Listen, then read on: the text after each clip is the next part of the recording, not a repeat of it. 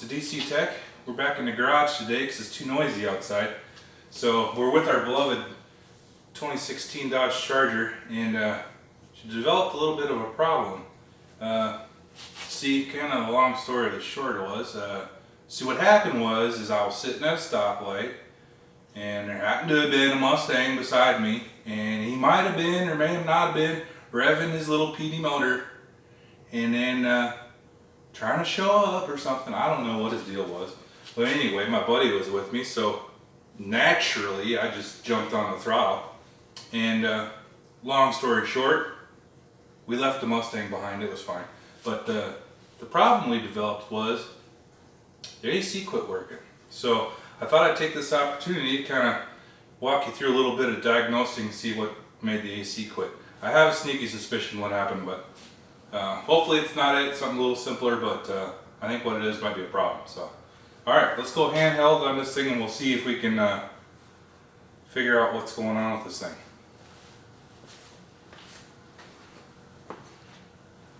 Alright, so here we go.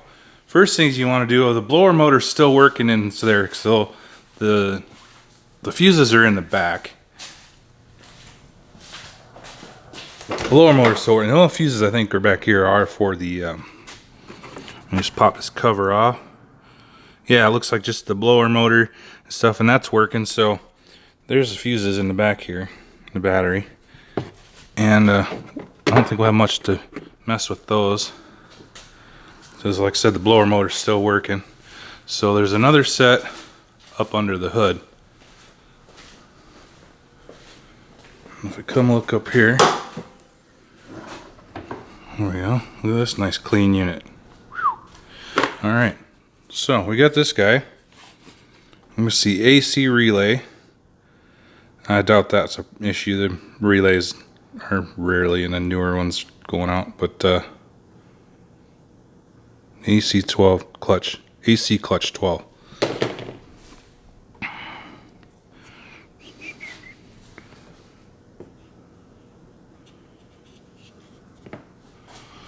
What is that guy? This one right there. Let's get him out and see what he looks like.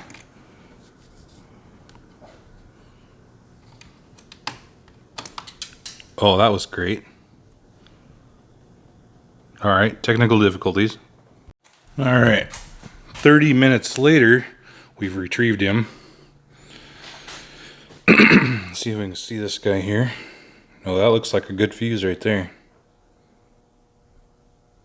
So, we got a good fuse, most likely a good relay. Let's not drop it again.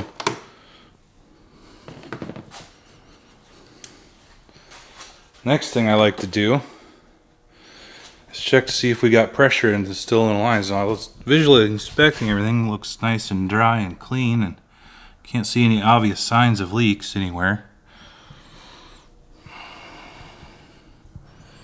Of course, the belt is still on it, or it would have overheated, because it also runs the water pump and everything. Air alternator, you'd have had all kinds of warning lights. But we got no warning lights with this one, so.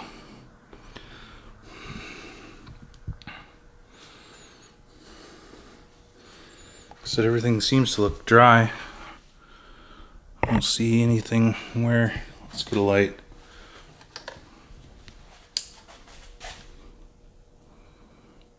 Yeah, kind of hard to see that. I think that's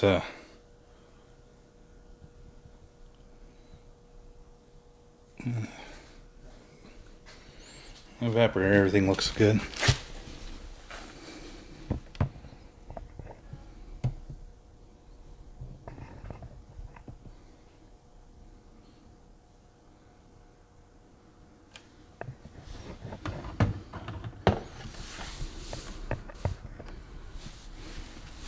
Yeah, I don't think we have any leaks. Let's. Alright, so now, like I said, we're going to check to see if we got pressure in here. Enough to do that. But before you go turning on and grabbing your R134 gauges and sticking on there, you'll soon find out that they're not going to fit on there. And the reason for that is because there's R1234YF refrigerant in these things, and you're not going to be that. So let's do plan B. the quick and ugly way method. So yeah, we got a little Schrader valve in there. We're gonna get this little screwdriver or something. Screwdriver. There we go. Take this little guy.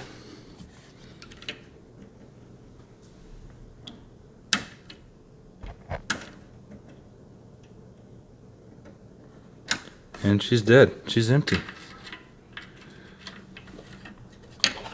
That's something.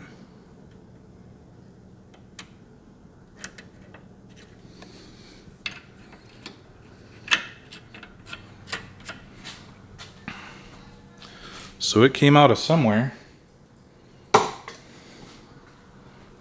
Where would that be? Let's get this air box out of the way.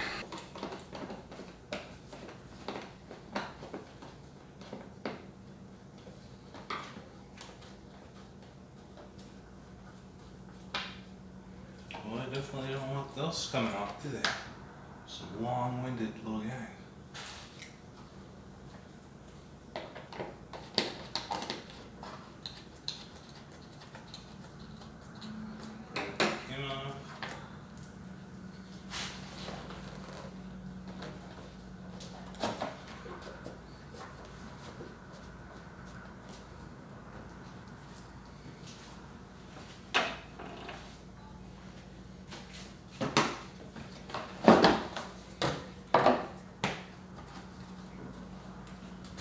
Probably need a new one of those at some point.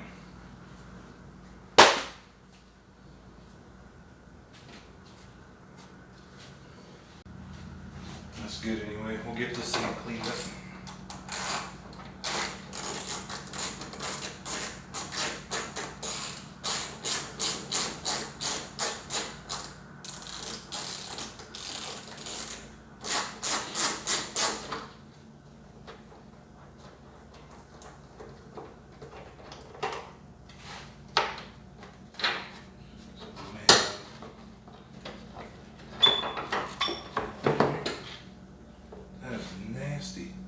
Holy smokes.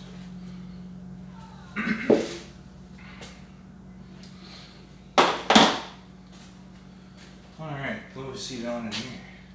Oh, it's all right. Now there's a little wetness around the front of the compressor.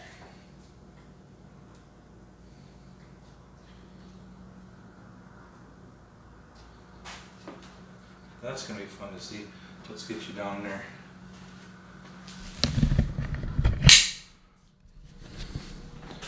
So unfortunately, it looks like we have a compressor failure. That's a rubber that connects, takes up the shock load when that clutch kicks in and out.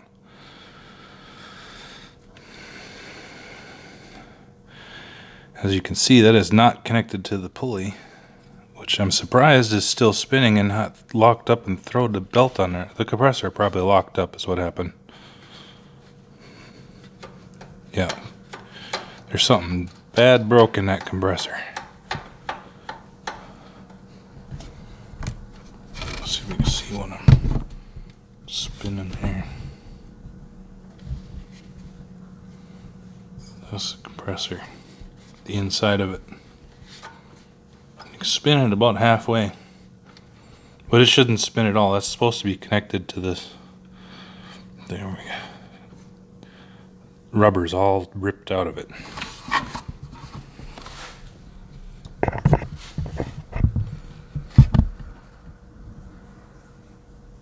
Kind of hard to see down in there, but we're gonna go with that. I'm gonna believe that that is our failure point and the reason we've leaked out all of our Freon. All right, moral of this story: turn your AC off before you rev up your engine. They're supposed to kick out at 4,000 RPM. I don't know why that didn't. It might just been a failure of the compressor all the way. It's hard to say. Well, maybe we'll know more. We'll order some parts and get those in the mail. We'll come back and with another video do an installation of a compressor. All right. I'm Devin. Thanks for watching. We'll catch you in the next one.